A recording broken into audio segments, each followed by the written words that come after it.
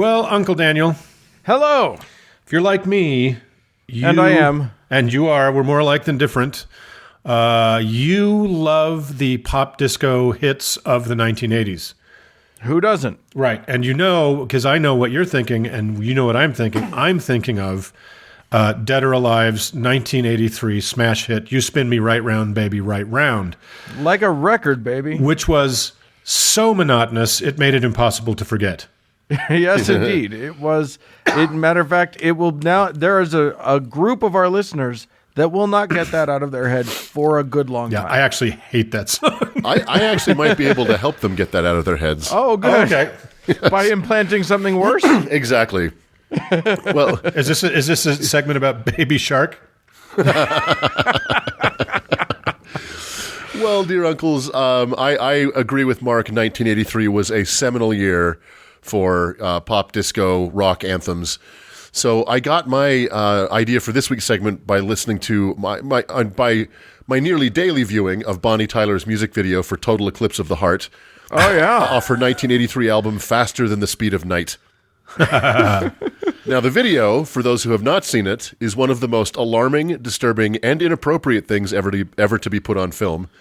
Oh, yeah. It's terrifying. I do recommend watching it. However, be warned, if you do, you will only have 7 days to get someone else to watch it. That's right. Have you guys seen this video?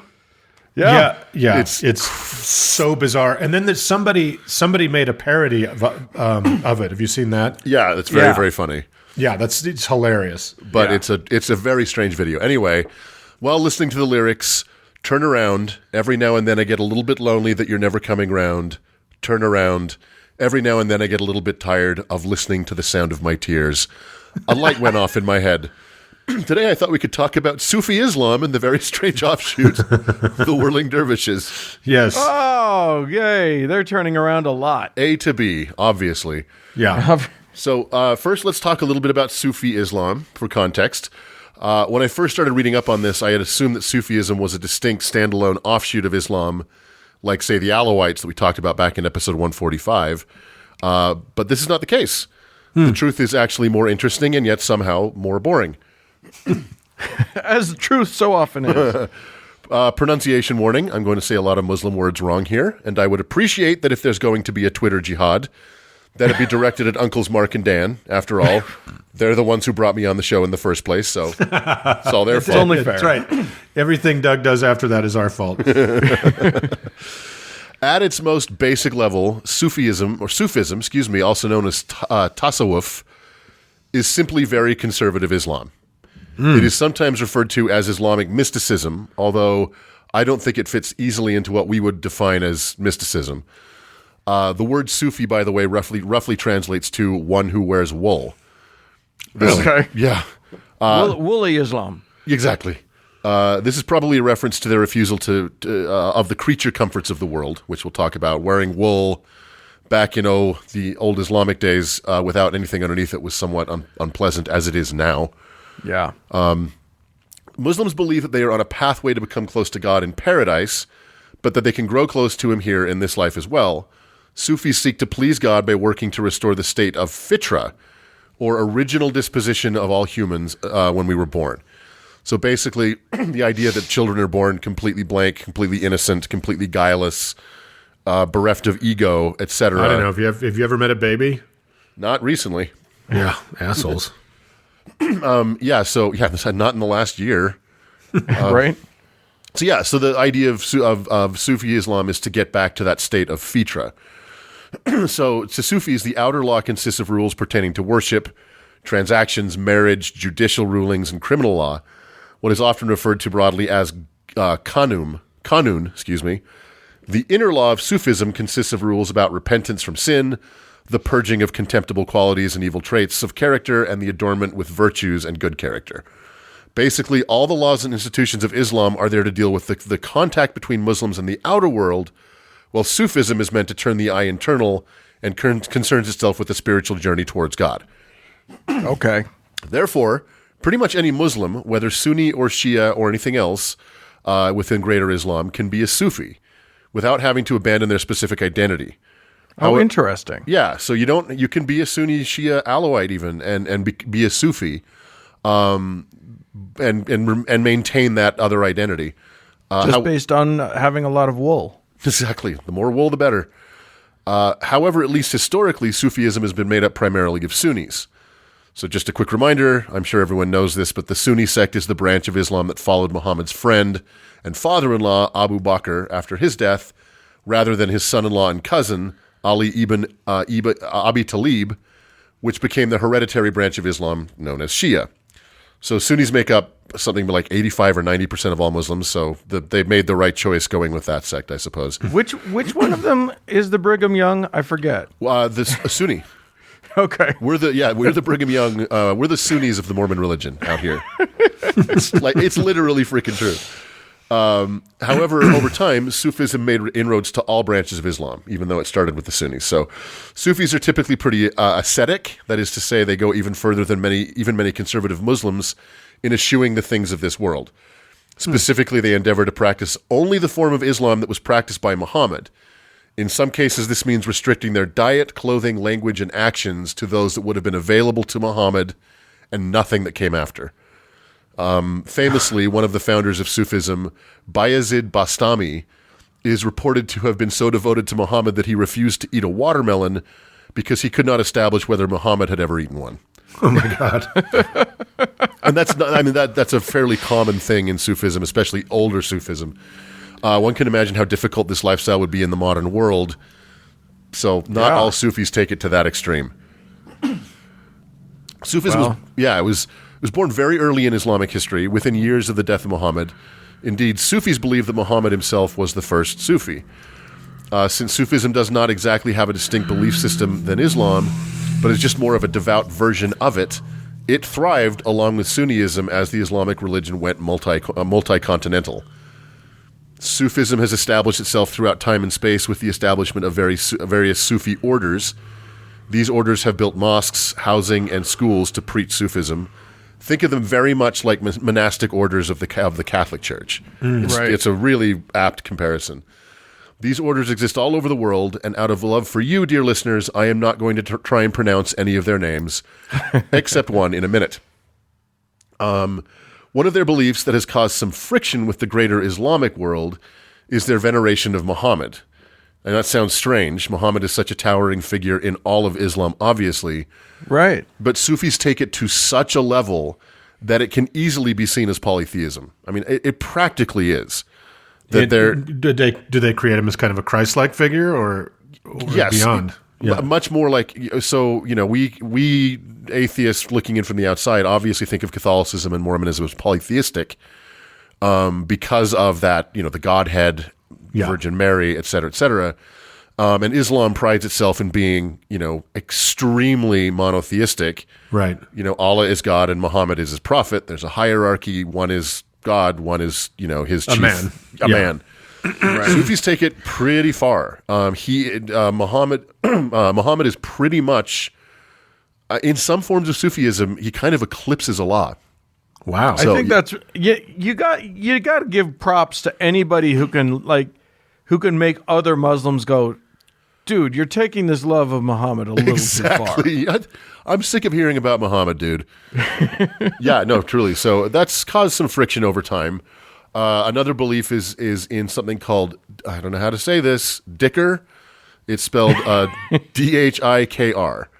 And it's an umbrella term for various and sundry repetitious devotional acts that are meant to center the mind and focus more on God. These run the gamut from ritual prayer, which all devout Muslims are supposed to participate in, although again Sufis take it to a bit of an extreme.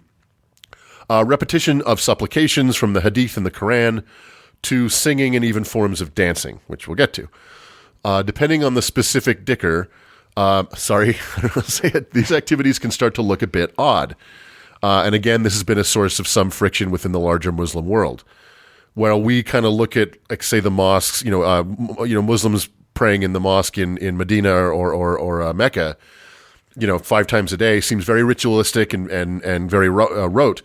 They kind of look that way at Sufis who take all of these rituals to this extreme. Interesting. As Wahhabism, which Uncle Mark talked about back in episode 51, took hold in the heart of Islam in the 18th and 19th century, they did not take kindly to Sufism, partly because of the aforementioned rituals and beliefs, but also because a central characteristic of Wahhabism is not to get along with anybody. Right. They're prickly. They are a bit prickly. Ataturk also banned them in Turkey in 1925 because they represented a major obstacle in his now seemingly failed effort to secularize the country. Right. And Iran has suppressed them in the last several decades as well, since they refused to recognize the government's primacy. But by and large, as far as Islamic history goes, they haven't fared too badly.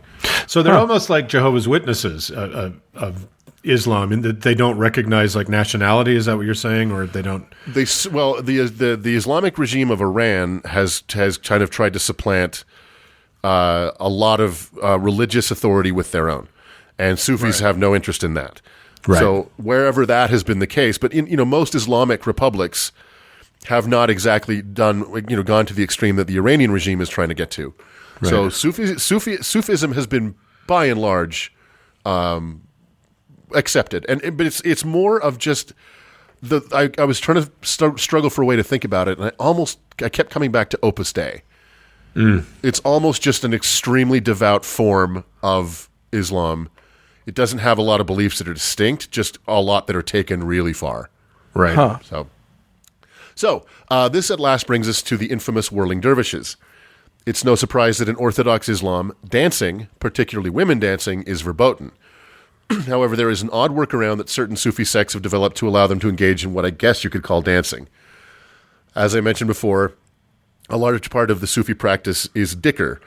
For most Sufis, this takes the form of repetitions of divine names of God or other aphorisms from the Quran.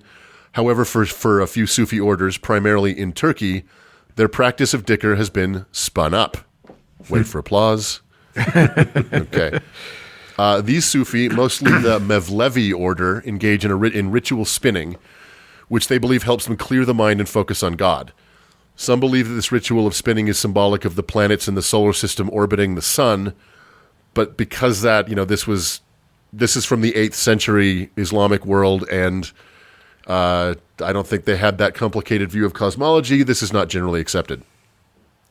The spinners... I know that Islamic astronomy was far ahead of the West for a long time. Truly. Yeah, I think they always believed in the heliocentric... where the heliocentric model, where the Europeans rejected it for a long time, right? It seems like this idea that this is somehow symbolic of the rotation of the sun or the Earth around the sun is been added on after. Interesting. The spinners or dervishes typically wear a giant, and I mean giant, camel hair's hat, which is meant to represent the tombstone of the ego. It's like a big fez, right? Big, beautiful, big, huge fez. Yeah, exactly. They also wear long skirts, which are typically white, but can be brightly colored, which is to represent the shroud of the ego. So the ego is being put, to death and superseded. Most Turkish dervishes stick with the traditional white skirts to represent purity and piety, but some of the African sects, particularly Egyptian dervishes, use extremely colorful skirts, with the color scheme like a Scottish tartan, representing their particular order. Okay. When these guys get going, there is a very distinct kaleidoscope thing going on. Oh, that's cool. Yeah, it is kind of cool. Then they spin clockwise with their right arm directed to God, so pointing up, and their left hand held out in front of them, supposedly turned toward the earth. However, they will usually focus their vision on their left hand, which is one of the ways they are able to spin for such prolonged periods of time without losing balance or vomiting. So it's a tactic. Once the ritual starts, several men engage in the spinning at once, while traditional music is played on traditional Islamic instruments. The kind of droning reed horns and the repetitious hi-hat cymbals definitely lend to the trance-like state they're going for. Mm-hmm. If you've ever seen it, if you've never seen it, I highly recommend going onto YouTube and watching a couple videos of it. Oh, it's beautiful. Yep. And while there, why not check out Total Eclipse of the Heart? Come on, people. I only have 2 days left. The longer one whirls, the closer they get to God. So that's what they believe. Most dervishes shoot for about the hour mark, which in and of itself is fucking crazy. After 12 months of quarantine, I can't remember doing anything for an entire hour. They can spin like that for an hour? That's what they without shoot stopping? for. That's what they God. shoot for. That's insane. The longest whirling performance on record was 4 hours. Oh, my God. Yeah. These days, if I'm in a swiveling chair, I get a little queasy. Exactly. Exactly. Let me ask a quick question, Doug, and I don't know if I'm making an assumption here, but because the term whirling dervish is something from my childhood that I remember, I'm assuming it's probably a racial slur now. It's actually not. It's not. Okay. Dervish, the term dervish is referring to, it's like a beginner in the path towards God is a dervish. And so it's perhaps shockingly, and I don't know if this is universally true, but the term whirling dervish is not necessarily an epithet. Okay. Yeah. We can make it one. Let's go. Let's work towards that. Patreon goal.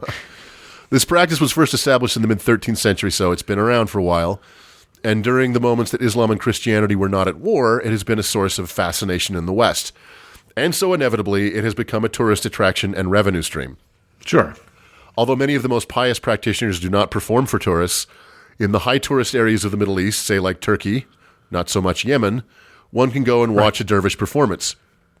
The dance form has been adopted by some non-Islamic communities, but mostly as a tourist attraction. It has even made its way, of course, into the New Age movement as a form of meditation and stress relief. Of course it has. Of course. It's easy to see why some would imbue this with some form of spiritual power or mysticism. It sure looks weird. And even for the observer, the seemingly unending twirling accompanied by primitive trance music is enough to be somewhat disassociative. I can only imagine what the practitioners experience.